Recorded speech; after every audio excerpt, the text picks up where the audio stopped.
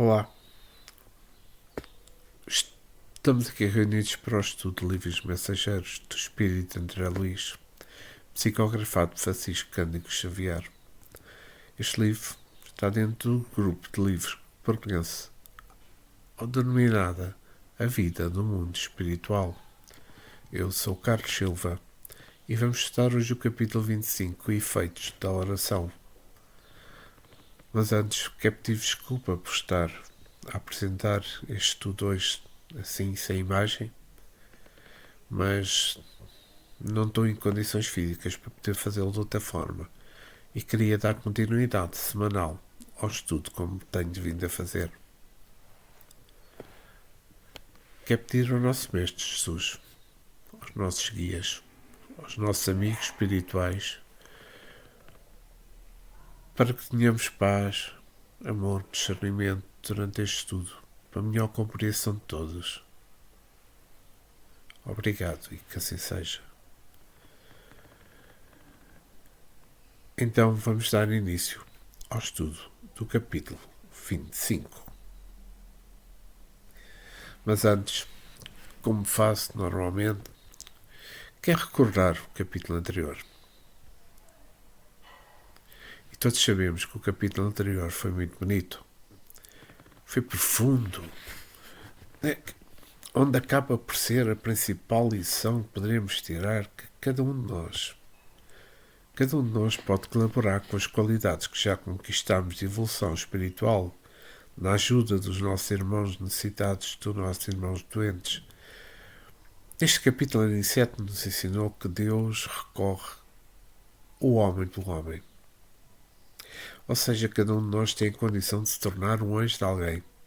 No momento da aflição, assim como merecemos receber auxílio angelical das nossas moléstias. Que nós possamos nos lembrar, desde já, os nossos irmãos e as suas necessidades de nossas orações. Não poderemos somente, por isso, afastar-nos dos testes irremediáveis, mas algum benefício iremos proporcionar. Como foi explicado no capítulo 24,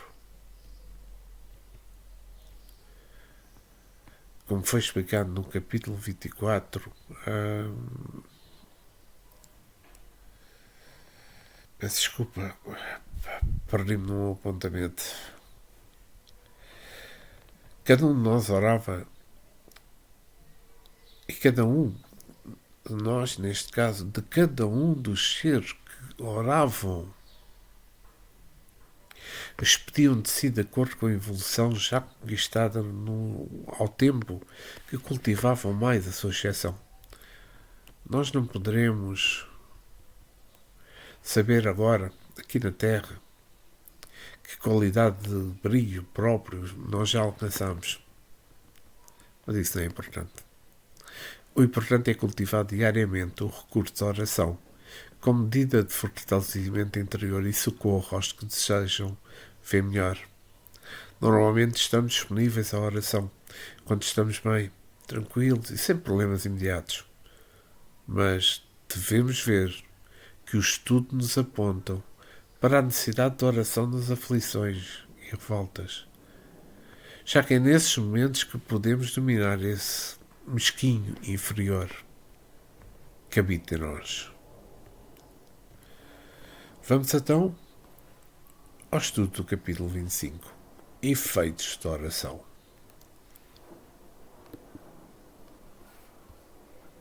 As luzes da prece inundaram o vasto recinto. Palpitava em tudo agora uma claridade serena, doce e radiante, muito diversa da luminosidade artificial. Os flocos radiosos que partiam de nós multiplicavam-se no ar, como se obedecessem a misteriosos processos de segmentação, e caíam sempre sobre os corpos inanimados e enrijecidos, dando a impressão de lhes penetrarem as células mais íntimas. Eu estava boquiaberto, mencionava André Luís. Não me fora permitido contemplar fenómenos desta natureza em nosso lar. Aliás, concluía, ainda não receber auxílio magnético às percepções, senão poucas horas antes desta viagem. Vejamos que André Luís volta a falar, a narrar, sobre o que aconteceu com os espíritos daquele posto de socorro. Espíritos falharam a sua reencarnação, ignorando as leis divinas, preocupando-se somente com a sua vivência física.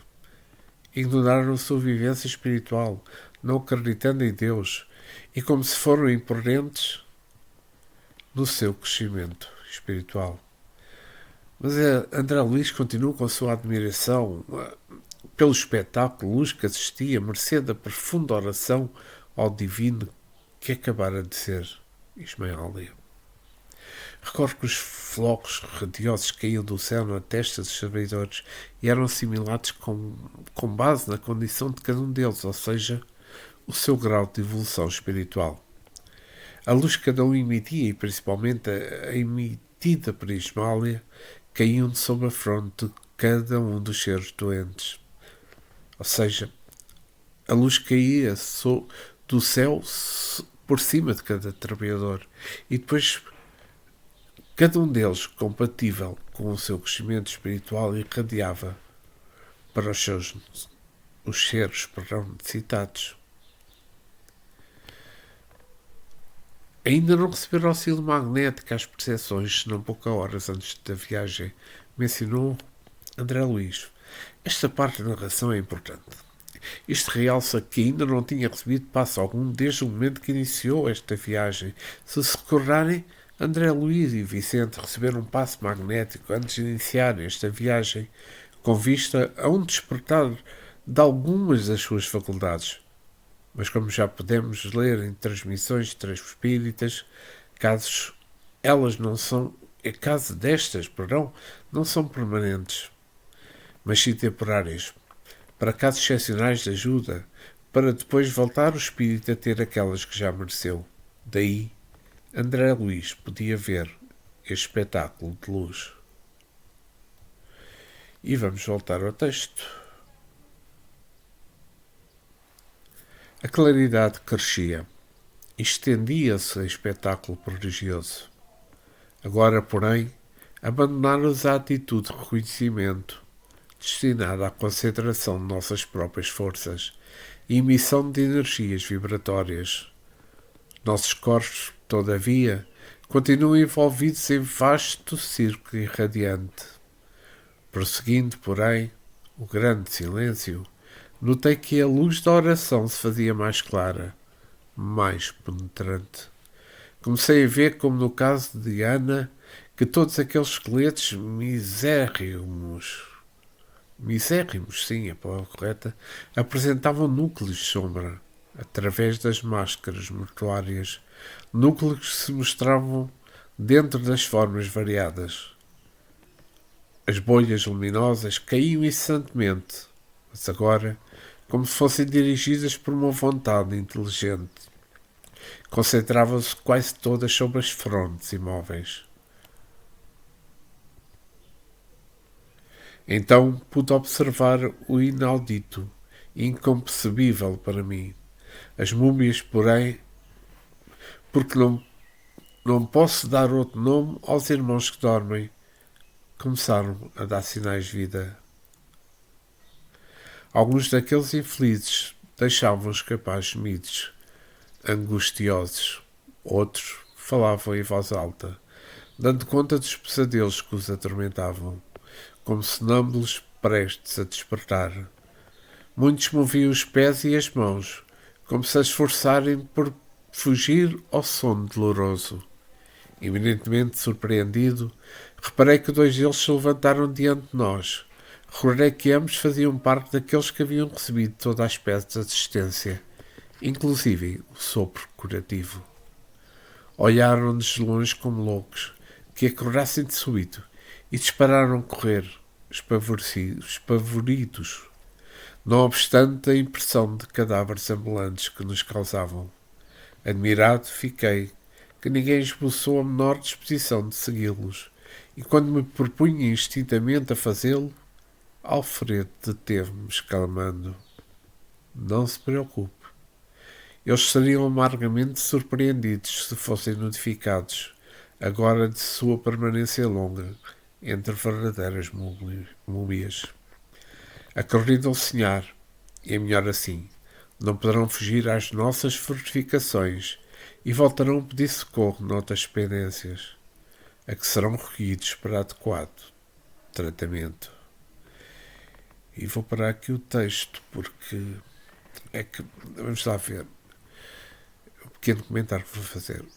Reparando que os dois seres que lá estavam se levantaram, olhando como loucos se tratassem, começaram a correr. Alfredo impede André Luís de travar e menciona que o melhor para eles é continuarem a pensar que estão sonhando, que eles seriam recolhidos depois para o tratamento, pois assistarem-os poderia ser traumatizante para eles.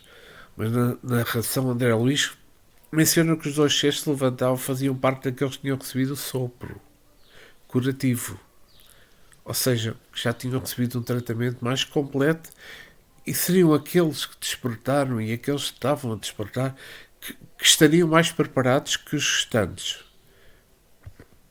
para acordarem daquele sono traumatizante. E voltando ao texto, continuamos silenciosos mais alguns minutos. E notei que as luzes foram apagando gradativamente, ao passo que os cadáveres retomavam a imobilidade anterior. Ismália declarou terminadas as nossas atividades de oração e o administrador, após o sinal luminoso que notificava os operários o término das obrigações, adiantou-se para nós, exclamando: gratíssimo pelo concurso fraternal. Realizámos belo serviço intercessório. Desde alguns dias, ninguém se levantava. Anicete, percebendo a perplexidade, falou a Vicente e a mim de maneira significativa. Conforme viram, o trabalho da prece é mais importante que se pode imaginar no círculo dos encarnados. Não há prece sem resposta. É oração, filha do amor. Não é apenas súplica, comunhão entre o Criador e a criatura, constituído assim o mais poderoso influxo magnético que conhecemos. Acrescento notar, porém, já que comentamos o assunto, que a rogativa maléfica conta igualmente com enorme potencial de influenciação. E aqui vou fazer um pequeno comentário. É que há aqui um ensinamento que é muito claro. Ninguém pode dar o que não possui. Verifica-se então que os elementos de força derramaram do mais alto em direção aos espíritos tarefeiros, irmãos já conscientes das suas responsabilidades para com o próximo. Como todos ali se encontravam numa atitude de oração sincera e prontos para auxiliar, receberam as energias dos planos superiores de acordo com as suas possibilidades, ou, se preferirmos, em conformidade com as suas condições evolutivas. Muito profunda as palavras de Aniceto, salientando que o trabalho da prece é muito mais importante do que nós podemos imaginar. No meu estudo retirei este apontamento sobre a prece que vou ler e acho que é muito importante. A prece é o ato da adoração. Orar a Deus é pensar nele, é aproximar-se dele, é pôr-se em comunicação com ele. As três coisas podemos propor-nos por meio da prece: louvar, pedir e agradecer. Está escrito por Allan Kardec no Livro dos Espíritos, na questão 659. Também no Evangelho segundo o Espiritismo, no capítulo 27, item 11, pela prece, o homem obtém o concurso dos bons espíritos que acorrem a sustentá-lo em suas boas resoluções e a inspirar-lhes ideias sãs. Ele adquire, desse modo, a força moral necessária a vencer as dificuldades e a volver ao trabalho reto, se deste se afastou. Por esse meio, podemos também desviar de si os males que atrair, pelas suas próprias faltas. Achei importante esta parte. É que. E aqui está outra coisa que eu vou ler, porque acho que também tirei apontamento, que é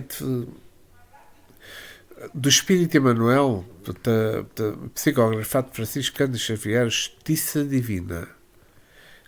O capítulo Ora e Serve, páginas 131 e 133. Abraça o trabalho e a prece, diz Emmanuel, como sendo a embarcação e a bússola do caminho. Rochedos que, em compreensão, escondem-se traiçoeiros sob a crista das ondas ameaçante a rota.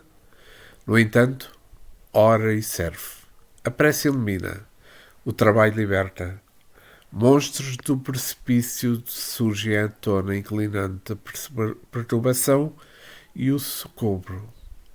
Contudo, ora e serve. A prece guia. O trabalho defende. Tempestades de aflição que aparecem de chofre, vergastando-te um refúgio. Entretanto, ora e serve. A prece reanima. O trabalho restaura. Companheiros queridos que te suavizam as agruras da marcha desembarcam nas ilhas de enganoso descanso, deixando-te as mãos sob multiplicados encargos. Todavia, ora e serve. A prece consola. O trabalho sustenta, e todos os problemas da circunstância que te parece superar o quadro da própria força, ora e serve. A prece é silêncio que te inspira, o trabalho é atividade que te aperfeiçoa. E aqui achei bastante importante esta parte, apesar de ser um bocadinho longa, peço desculpa, mas por vezes perco um pouco nos meus apontamentos, mas achei extremamente importante falar disto nesta parte que estamos a ler do 25º capítulo do estudo do Livro dos Mensageiros. Vamos continuar. Toda vez que o espírito se coloca nesta atitude mental, estabelece um laço de correspondência entre ele e o além. Se a oração traduz a atividade no bem divino, venha de onde vier, encaminhar-se-á para o além, em sentido vertical, procurando as bênçãos da vida superior. Cumprindo-nos advertir que os maus respondem aos maus nos planos inferiores, entrelaçando-se mentalmente uns com os outros. É razoável, porém, destacar que toda a prece pessoal dirigida às forças supremas do bem, delas recebe a resposta imediata em nome de Deus. E aqui vou interromper, porque acho importante parar aqui e podemos refletir sobre o seguinte: que sempre que os nossos pensamentos e nos nossos pensamentos estiver o mal presente, como por exemplo desejamos o mal a alguém, os nossos pensamentos se entrelaçam nos planos inferiores e, se for com profunda sinceridade no bem, será intercalada nos planos superiores. É importante isto. É importante porque tudo se baseia com base na nossa sintonia. Se temos uma sintonia baixa, somente atraímos os seres inferiores. Outra parte importante é a classificação da oração que se encaminhar para o além da forma de vertical. Pois o que acabei de dizer, se a oração é pelo bem de alguém, pelo bem comum, sempre com base no bem, ela se encaminha para o além de forma direta e vertical. Resumindo, apetece-me falar sobre a reforma íntima. Eu não vou-te falar, porque já falei várias vezes e vocês compreendem a necessidade dela. Vamos continuar o estudo. Sob os que oram nessas tarefas benditas, fluem das esferas mais altas os elementos forças que vitalizam nosso mundo interior, identificando as esperanças divinas, e se exteriorizam em seguida contagiados de nosso magnetismo pessoal, no intenso desejo de servir com o Senhor. E procurando materializar o pensamento para facilitar-nos a compreensão, acentuou. Neste caso, Aniceto. Viram vocês cair sobre nós os elementos a que me refiro e observaram a sua exteriorização com as luzes que cada um de nós em benefício dos irmãos que dormem, concedendo-nos o Altíssimo a força de auxiliar, em proporções iguais para todos, mas nós as espalhamos de acordo com a nossa possibilidade e coloração individuais. Ismael e cujos sentimentos são mais amplos e universalistas que os nossos, pode receber com mais clareza o auxílio divino e distribuí-lo com mais abundância e eficiência. Temos aqui uma profunda lição, como já disse. O pai visita os filhos necessitados através dos filhos que procura compreendê-lo. Não podereis abusar do Senhor como abusamos no circo terrestre dos nossos pais humanos. Não vivê-lo ao sabor dos nossos caprichos pessoais. Nunca poderia vir em pessoa enxugar o pranto do necessitado que chora em consequência, aliás, do olvido das leis, divinas leis. Compete ao necessitado caminhar ao reencontro dele. O Senhor, todavia, atende sempre a todos os homens de boa vontade, por intermédio dos homens bons, que se edificam na casa divina. Vou parar aqui o texto. Eu só poderia dizer que lição tão importante esta que Aniceto nos traz. Então, Deus não está à disposição dos nossos caprichos.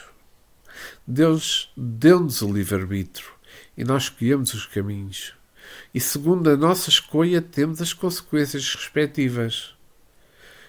Como mencionei, Deus não está à disposição dos nossos caprichos, claro. Mas nunca renuncia um filho à casa do pai. Eu queria só ler aqui um pouco da parábola a parábola do filho prodígio, escrito por Lucas, no capítulo 15.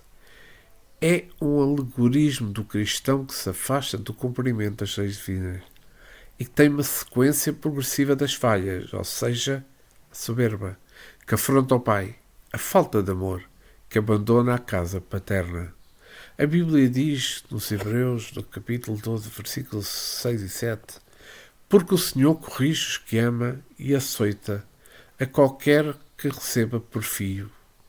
Porque que filho há a quem o pai não corrija? E Lucas, no capítulo 15, versículo 19, com efeito o moço, fustigado pela provação, caiu em si. A fome fê-lo lembrar-se da abundância da casa paterna. A disciplina abre a sua mente.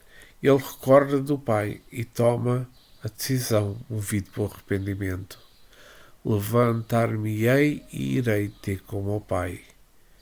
E para terminar este raciocínio, Allan Kardec, no Evangélico do Espiritismo, no capítulo 7, versículo 4, reconhece o verdadeiro espírita pela sua transformação moral e pelos esforços que emprega para domar as suas inclinações más. Ora, eu achei bastante importante este comentário, esta reflexão, este ensinamento que Aniceto nos traz. Vamos continuar com o nosso texto. Todos os nossos desejos e impulsos razoáveis são atendidos pelas bênçãos paternais do Eterno. Ainda que nos demoremos nas lágrimas e nas aflições, jamais permanecemos ao desamparo. Apenas devemos salientar que as respostas de Deus vão sendo maiores e mais diretas à medida que se intensifique o nosso merecimento, competindo-nos reconhecer que, para semelhantes respostas, são utilizados todos quantos trazem consigo a luz da bondade, ou já possuem por mérito e confiança para auxiliar em nome de Deus. E aqui vou parar novamente o texto. É que aqui Aniceto mostra que todos aqueles que procuram Deus ficam mais receptivos às respostas de divindade, seja por harmonia, seja por vontade. Isto reflete o chamado merecimento por parte por parte de Aniceto, que Aniceto me ensinou. Falando do exemplo de Ismael, com a sua humildade na oração, ficam mais receptivo à divindade. Onde recorre André Luís quando narra que do peito de Ismael saiu uma luz mais clara do que todos os outros participantes. A disponibilidade sincera, a disponibilidade pura, a disponibilidade recheada de humildade com vista ao bem comum é o tal sentido vertical da divindade que Aniceto falou anteriormente. Então vou deixar aqui uma reflexão para termos no final deste estudo. Avaliemos a nossa oração. Como temos orado? Como nos temos sentido quando oramos? Que energias movimentamos quando oramos? Pensem nisso. Porque isto é extremamente importante. E vamos voltar ao nosso texto. As explicações de Aniceto abriam-me novos caminhos de meditação. O esclarecido instrutor, contudo, não dera por fim da lição e depois de longa pausa concluiu: já que vocês se encontram comigo num curso de serviço auxiliador, espero que aproveitem o máximo ensinamento desta hora. Repara que nestes paviões temos 1980 abrigados que dormem, todos recebendo diariamente alimento e medicação comum, mas só 400 são atendidos com alimento e a medicação especializados, por se mostrarem mais suscetíveis de justa de melhora. Destes 400, apenas 2/3 se revelam aptos à recepção de passos magnéticos. Muitos não podem receber por enquanto a água efluviada. Poucos foram contemplados com sopro curativo. E somente 2 se levantaram, ainda assim, profundamente perturbados. Já que iniciam um trabalho de cooperação fraternal, não se esqueçam esta lição. Façamos todos o bem, sem qualquer ansiedade. Semeemo-lo sempre e em toda a parte, mas não estacionemos nas existências dos resultados. O lavrador pode espalhar as sementes à vontade e onde quer que esteja, mas precisa reconhecer que a germinação, o crescimento e o resultado pertencem a Deus.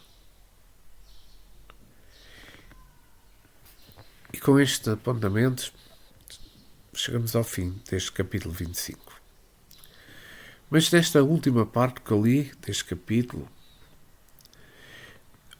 isso nos leva a pensar no quanto nós podemos contribuir com nossos irmãos, seja em tarefas assistidas ou mesmo nos diversos relacionamentos que mantemos. Quando nos ligamos às forças superiores da vida, através da oração sincera, recebemos esses fluidos poderosos, que somados às energias que nós já temos, manifestam-se em benefício de quantos nos propomos auxiliar em nome de Cristo. Mas precisamos produzir e cultivar energias positivas. Para isso é essencial que nós possamos manter desejosos, desejos, sentimentos e pensamentos sempre elevados. Se quisermos fazer o bem, precisamos do bem dentro de nós. Se pretendemos espalhar o amor, é necessário cultivarmos o amor no nosso íntimo. Se procuramos entender a paz por onde passamos e espalhá-la, é indispensável respirarmos a paz no nosso mundo interior. Resumindo, nós refletimos o que somos, damos o que temos. Quando não entendemos isto e colocamos em prática os ensinamentos, quando nós entendemos isto, e colocamos em prática os ensinamentos dos espíritos superiores, nós criamos um círculo virtuoso, no qual nos alimentamos do bem em todos os sentimentos. O Pai Celeste é tão generoso que estabeleceu suas leis, em que é dado o que recebe, como nos ensinou Francisco de Assis na sua prece. Deste modo, Quanto mais amor oferecemos ao universo, mais amor o universo nos oferece. Quanto mais paz e luz espalhamos, mais luz e paz recebemos. Assim, o nosso reservatório individual estará sempre transbordando boas energias. Mas isso fará com que caberá cada um de nós espalhar os elementos de força que vêm do mais alto, acrescidos de mais recursos morais e também de mais recursos espirituais. Jesus ensinou-nos que o homem bom, do bom tesouro do seu coração, tira o bem. O homem mau, do seu mau tesouro, tira o mal. Pois do que há em abundância no coração, disso fala a boca. Ensinou-nos Jesus. Deus socorre o homem para o homem. É um grande ensinamento de inseto. Cada um de nós temos a condição de nos tornarmos o anjo de alguém, no momento da aflição. Assim como merecemos receber também nós o auxílio quando precisamos.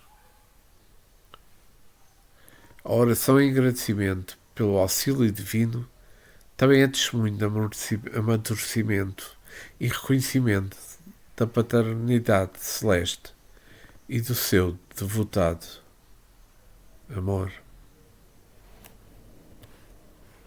E assim, chegamos ao fim deste capítulo 25, do estudo deste capítulo 25. Mas antes, queria por pouco possamos ouvir uma oração.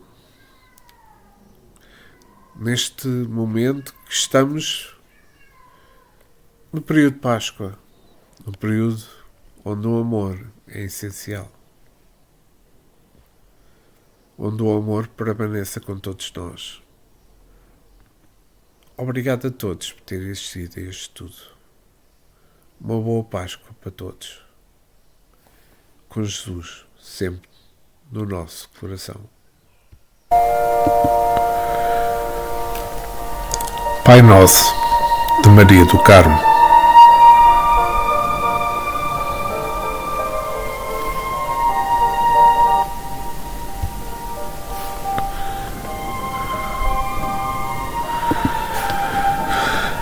Pai Nosso, que estás em toda a parte,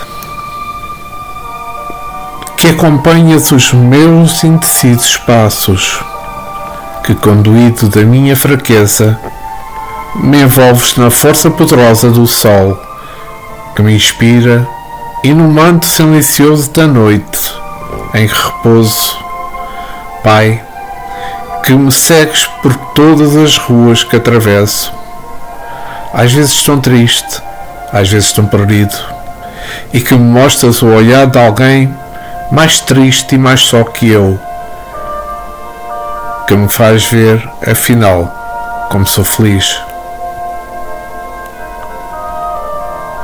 Santificado seja o teu nome, porque observa a tua justiça, imperante sobre todas as razões do mundo, pela certeza que tenho da tua bondade, contrariando a ignorância dos homens, pela confiança que me ensinaste a ter nas tuas leis, e pela esperança que me envias ao fim de que eu saiba guardar, com calma, a chegada da felicidade.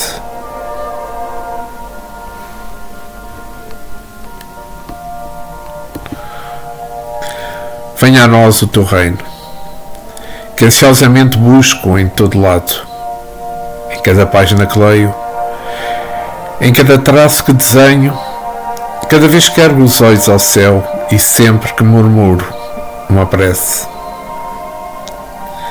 É a tua vontade que quero compreender, é essa vontade imperiosa que ambicione entender, mas se não puder ainda perceber tudo aquilo que tu és, que eu saiba repetir até à última vez que o meu coração bater. Seja feita a tua vontade, essa vontade que sabe o que é melhor para mim, essa vontade que me criou simples e me tirou da ignorância através das experiências milenares, essa vontade de Pai que me dá toda a ajuda, o benefício de recomeçar e que nunca me prende nos erros, essa vontade que me quer ver feliz. O pão nosso cada dia nos dai hoje, pão perfumado, arroz maninho que me recorda a generosidade dos campos, a bondade das searas, a alegria dos frutos. Pão que me leva a reconhecer que também tenho um papel a desempenhar. Com o meu esforço para o bem comum da humanidade. Pão que alimenta a minha alma e me dê forças para que nunca parar de trabalhar para todos. Perdoa as nossas ofensas como temos perdoado a quem nos tem ofendido. Sobretudo àqueles que me maltratam sem razão. Que a minha passagem faz em silêncio e me viram o rosto, num desprezo que me amargura a alma. E nesses dias em que me faço forte para disfarçar a dor com que me cercam, sem que eu saiba porquê, é que melhor entendo que a vida não pode ser uma só e que também eu já ofendi. Não nos deixeis cair em tentação de ver apenas o mundo à minha volta, de amar apenas quem ama, de só querer agradar a quem me agrada. Não me deixeis cair em tentação de me isolar para não chorar, de fugir das lutas para não sofrer. Ensina-me a vergar, ensina-me a calar para que a minha alma, afinal, se sinta bem-aventurada.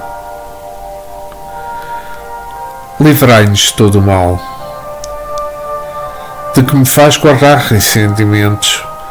Não consigo esquecer os maus momentos, os delícios, as más palavras.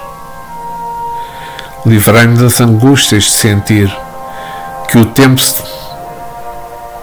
se perdeu sem realizar os sonhos, e dá-me a força de construir na própria alma um monumento, um templo, um poema, desde que seja uma obra de amor. Que eu seja capaz de ser assim, ainda hoje e novamente, amanhã.